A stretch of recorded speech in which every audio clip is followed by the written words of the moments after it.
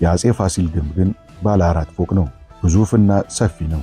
የአጼ ፋሲል ግንብ ሁለንተናው ተጠብቆ እስከ ዛሬ ዘልቋል። በንጉሱ መኝታ ቤት የዳዊት ኮከብ ይኖራል። ንጉሱን ከክፉ ለመጠበቅ ወይም አጋንንት እንዳይጠጉት ያደርጋል በሚል እምነት በመኝታ ቤቱ ከዳዊት ኮከብ በተጨማሪ መጽሔተ ዳዊት ይደረጋል ይላሉ። ቀደም ባለው ዘመን እውነተኛ የከተማ ባህል የነበራቸው ሁለት የሀገራችን ከተሞች ጎንደርና ሐረር ነበሩ። ጎንደርን ከተማ ያሰኟት ባለዕድዮቹ ቤተ እስራኤላውያን ናቸው። አጼ ሱስንዮስ ጎርጎራን መናገሻ ያደረገው በጎ ትንቢት ነው ይላሉ። ጎመንጌ ተሞክሯል። አጼ ገላውዲዮስም ይህም በጎ የሚጀምር ሀገር ሲፈልግ ጎጃም ሄዶ ነበር። እናትዋ ጎንደር ውረድን ውረድ አላዋጣንም፣ ፍና ከስቃይ አላዋጣንም፣ ሆብሎ ገድሎ መሞት ላይ ዳዳው፣ ከእንግዲህ ብረት ገብስ ሆኗል ዕዳው። አዲሱ ትውልድ ሐሳብ ነው ሜዳው።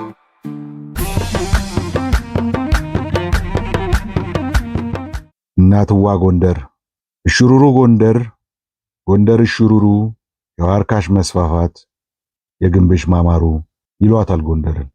እናትዋ ጎንደር ትንፋሽዋ ጎንደር እህልዋ ጎንደር።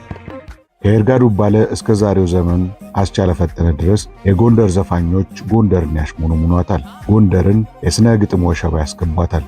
ወደ እናትዋ ጎንደር ለመሄድ ዕቃዬን እየሸከፍኩ ነው።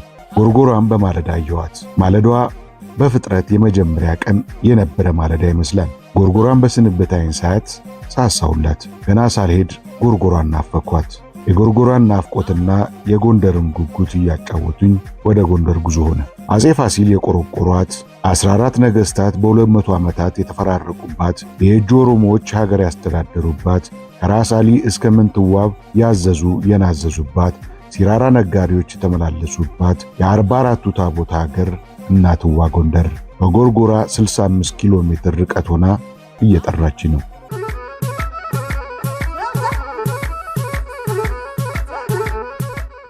በየዓመቱ በጥር ወር በጥምቀት በዓል ወደምትሞሸረው ጎንደር ሲሄድ ይህ የመጀመሪያዬ ነው። መኪናችን ገበያ ውሎ ወደ ቤቱ የሚመለስ አህያ ይመስል እየሮጠች ነው። አዲስ አበባ 656 ኪሎ ሜትር፣ ከባህር ዳር 175 ኪሎ ሜትር፣ ከጎርጎራ 65 ኪሎ ሜትር ርቀት ከምትገኘው ጎንደር ጋር በአይነ ስጋ ልንተያይ ነው። በርካታ ወንዞችና ጅረቶች የነበሯት የጠላትን ጥቃት ለመከላከል ምቹ መልክዓ ምድራዊ አቀማመጥ ያላት የሲራራ ነጋዴዎች መናኸሪያ ከነበረችውና አጼ ፋሲል ከተቆረቆረችው ጎንደር ለመሄድ አንዳንድ የገጠር መንደሮችን አልፈን ሜዳውን አቋርጠን ጎንደር መቃረቢያ ደርሰናል። ደማቁ አዘዙን ተሻግረን ግራ ቀኝ ባሉ ዕድሜ ጠገብ ባህር ዛፎች አቀባበል እየተደረገልን ወደ ጎንደር መሃል እየገባን ነው። ጎንደር ትንቢት የፈጠራት ከተማ ነች። ከልብነ ድንግል በኋላ ሀገር በሰላም የሚገዛው በጎ ከሚጀምር ቦታ ነው። በዚያ ትልቅ ከተማ ይሰራል የሚል ትንቢት ነበር። አጼ ሱስንዮስ ጎርጎራን መናገሻ ያደረገው በጎ ትንቢት ነው ይላሉ። ጎመንጌ ተሞክሯል። አጼ ገላውዲዮስም ይህም በጎ የሚጀምር ሀገር ሲፈልግ ጎጃም ሄዶ ነበር። አጼ ፋሲልም ለጥቂት ጊዜ ጎመንጌ ቆይቷል። አጼ ፋሲል በአባቱ ቤተ መንግሥት ተቀምጦ ሲገዛ ሳለ አንድ ቀን ጎሽ ለማደን ወጣ። ጎሽም ጎ እንዳለው ልብ ይበሉ። ፋሲል ጎሹን እየተከተለ ብዙ ተጓዘ። በመጨረሻ ቤተ መንግሥት ከተሰራበት ቦታ ሲደርስ ያ ጎሽ ቆመ። ፋሲል ጎሹን ለመግደል ጦሩን ሰበቀ፣ ወረወረ። ድንገት ብቅ ያለ አንድ ባህታዊ ያን የተወረወረ ጦር በአየር ላይ አቆመው። ከዚያም የትንቢቱ መፈጸሚያ ቦታ ይህ ነው፣ ጎሹን አትግደል፣ ይልቅ ከተማ ስራ አለው ባህታዊ። አጼ ፋሲልም በማግስቱ ቤተ መንግሥቱን መስራት ጀመረ። ጎንደር የሚል ቃል መነሻ አድርጎ በጊዜ ሂደት ጎንደር እንደሆነ የሚነገር አፈታሪክም አለ። ጎንደር እንደ ጃናሞራ የሰራዊት ስያሜ ሆኖ በዜና መዋዕል ይገኛል። ከአጼ ፋሲል በፊት ጎንደር የገበያ ማዕከል ነበረች ይላሉ። ጎንደር ከመቆርቆሯ በፊት ነጋድራስ ቀረጥ የሚቀርጥባት ትልቅ ገበያ ነበረች። ግን ጎንደር ያበበችው አጼ ፋሲለደስ መናገሻ አድርጎ ቤተ መንግሥቱን ሊሰራባት ነው።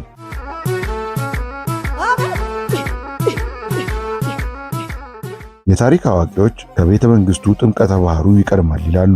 አፄ ሱስንዮስ አዋጅ አስነግሮ ህዝቡ የካቶሊክን እምነት እንዲቀበል አስገደደ። ተገዶ ወደ ካቶሊክ የዞረው በርካታ ህዝብ ነበር። ግን አዋጁ እልቂት አስከተለ። መረጋጋት ጠፋ። አለመረጋጋቱ ለአልጋው የሚያሰጋ ሆነ። ስለዚህ የሱስንዮስ ልጅ አዋጁን ሻረው። ወደ ካቶሊክ የዞረውን ህዝብ አንድ አድርጎ በአንድ ቄስ ማስጠመቅ የማይሞከር ነበር። ስለዚህ ህዝብን በብዛት ለማጥመቅ ገንዳውን አሰራ ይላሉ። ከቸቸላ ወደ ፒያሳ እየተጓዝን ነው። ግን ጎንደር ከዓይኔ ያልገባለች። አሁን በዓይኔ የማየው አንዴ ሻሸመኔ አንዴ አዲስ አበባ እየመሰለኝ ተቸግሬያለሁ። ጎንደር እየተሽኮረመመች ነው። የፋሲል ግንብ ወዴት ነው? በእስካሁኑ ጉዞዬ ጎንደር ለመሆኔ ፍንጭ አጣሁ። ለዚህ ችግሬ ምላሽ የሰጠኝ የጎንደር ዩኒቨርሲቲ ዋናው ግቢ ነበር። አሁን ጎንደር ለመሆኔ ምስክር አገኘሁ። ከጎንደር ህዝባዊ አደባባዮች አንዱ የታቦት ማደሪያ ታየኝ። በዚያው አካባቢ ያለው ስታዲየም ተከተለ። በአፄ ፋሲል ዘመን የነበሩት ህዝባዊ አደባባዮች አሸዋ ሜዳና ዣን ተከል ነበሩ። አሸዋ ሜዳ ከንጉሱ ዘንድ የመጣ መሳፍንት ሰራዊት የሚሰፍርበት ቦታ ነበር ይላሉ። ዛሬ የለም።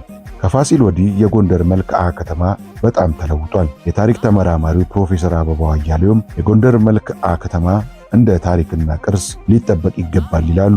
መኪናችን ወደ መሃል ጎንደር እየተጠጋች ነው። አሁን ወደ ፒያሳ እየተቃረብን ነው። መኪናችን አንዴ ወደ ቀኝ ሌላ ጊዜ ወደ ግራ መለስ ቀለስ እያለች ዳገቱን ተያይዘዋለች። ጥቂት ተጉዘን ድንገት እጥፍ ስንል ፒያሳ መሃል የቆመው የአፄ ቴዎድሮስ ሐውልት ከፊታችን ተገሸረ። መይሳው ካሳ ወደ ምዕራብ አቅጣጫ እየተመለከተ ሰይፉን አገንድሮ ይዟል።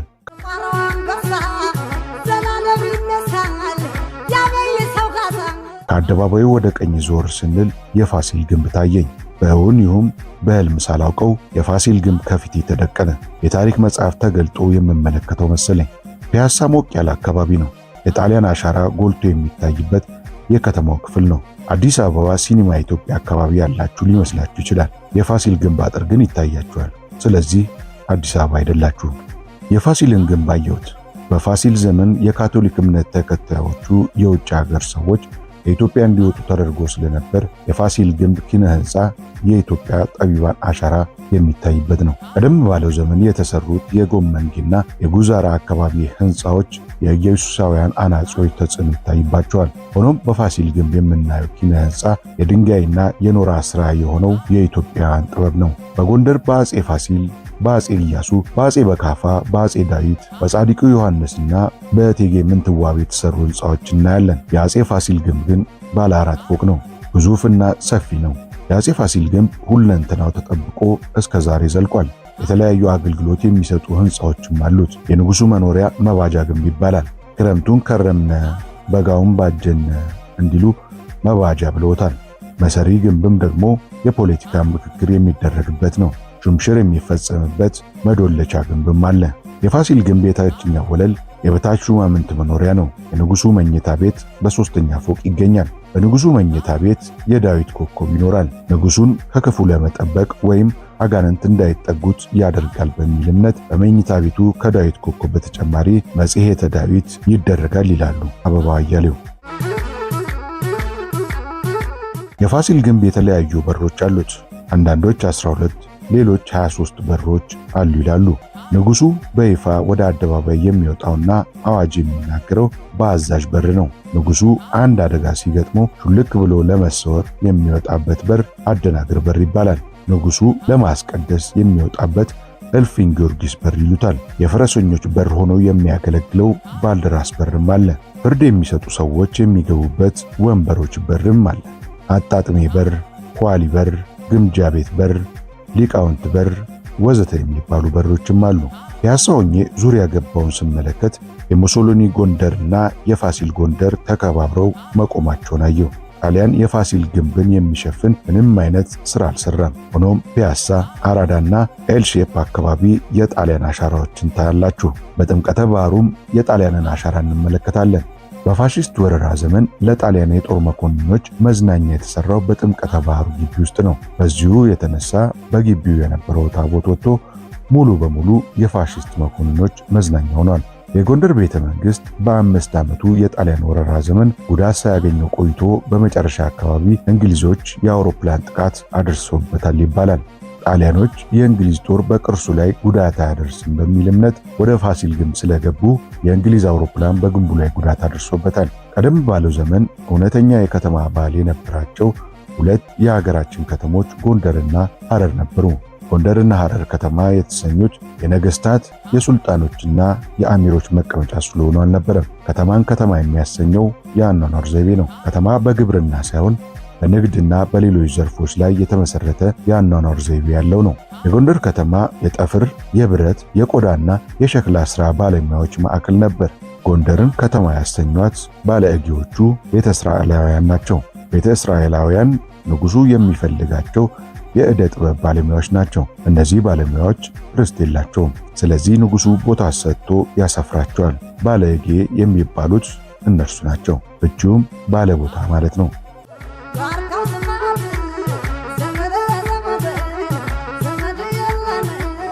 በአንድ ወቅት ደስ ይበለ ባለእጌ ከነገሰች እቴጌ ተብሎ ነበር። እቴጌ ምንትዋብና ባለእጌዎቹ ምንና ምን ናቸው? ይህ የታሪክ ባለሙያዎች ሥራ ነው። የጎንደር ከተማ የተለያዩ ብሔሮች መናኸሪያ ነበረች። ሱስንዮስ የቱለማ ሰራዊት አምጥቶ ጎንደር አስፍሮ ነበር። ሱስንዮስ በምርኮ ተይዞ በቱለማዎች እጅ አድርጎ በኦሮምኛ ቋንቋ ተናጋሪ ሰራዊት ታግዞ የነገሰ ነው። ሱስንዮስ ኦሮምኛ ቋንቋ ተናጋሪ ነበር። ጎንደር የየጁ ኦሮሞዎች የአስተዳደር ከተማ ነበረች። የትግራይ ተወላጆችም በጎንደር ይኖሩ ነበር። የከተማው ሰሜናዊ ክፍል የትግሬዎች መንደር ነበር። ከዚህም በቀር አርመኖችና ህንዶች በጎንደር ይኖሩ ነበር። ከሃይማኖት አንጻር የቤተ እስራኤላውያን የክርስቲያኖችና የሙስሊሞች ከተማ ነበረች። ጎንደር ከሌሎች አካባቢዎች በተለየ የከተማ ባህል የዳበረባት ነበረች። ስለዚህ መልበስ፣ መሽቀርቀር፣ ወሽባ መግባት፣ በጌጣጌጥ መንቆጥቆጥ ታዘወትር ነበር። የሥነ ጥበብና የሌሎች ሙያዎች መናኸሪያም ነበረች። በኢያሱ አርያም ሰገድ ዘመን 1690ዎቹ የተሰራው የደብረ ብርሃን ሥላሴ ቤተክርስቲያን ስዕል የጎንደር የአሳሳል ዘይቤ የሚታይበት ነው። የጎንደርና የአካባቢው አብያተ ክርስቲያናት ስዕሎች የተለየ የአሳሳል ዘይቤ የሚታይባቸው ናቸው። ጎንደር የሰዓሊዎች ከተማ ነበረች። የአሁኗ ጎንደር በርካታ ዳያስፖራዎች ካላቸው የሀገራችን ከተሞች ቀዳሚዋ ሳትሆን አትቀርም። ዳያስፖራ በሚል የሚጠራ የከተማ ክፍልም አላት። ጎንደር የእስራኤል፣ የሱዳን፣ የአሜሪካና የአውሮፓ ዳያስፖራዎች አሏት። የጎንደር ዳያስፖራ ሰፈር ከባህልና ከታሪክ ጋር ግንኙነት የሌለው ኪነ ሕንፃ የሚታይበት ነው። በዚህ አካባቢ በአልሙኒየምና በመስተዋት የተሰሩ ሕንፃዎች ይበዛሉ። የዳያስፖራ ወግ የጎንደርን ባህል እየተገዳደረው ነው።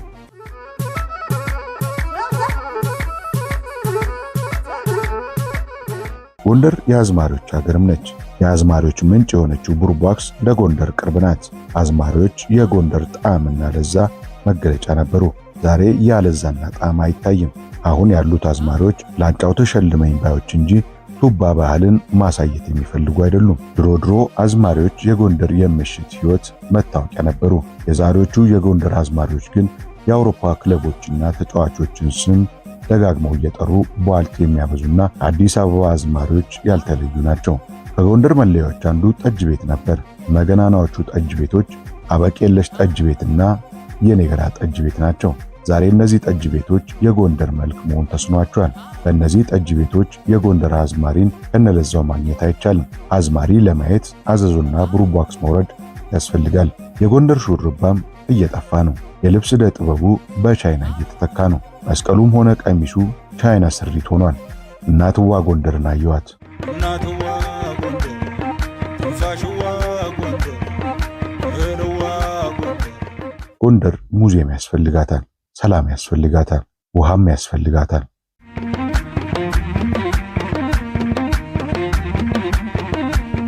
ውረድን ውረድ አላዋጣንም፣ ፍና ከስቃይ አላዋጣንም። ሆብሎ ገድሎ መሞት ላይ ዳዳው ከእንግዲህ ብረት ገብስ ሆኗል ዕዳው። አዲሱ ትውልድ ሀሳብ ነው ሜዳው።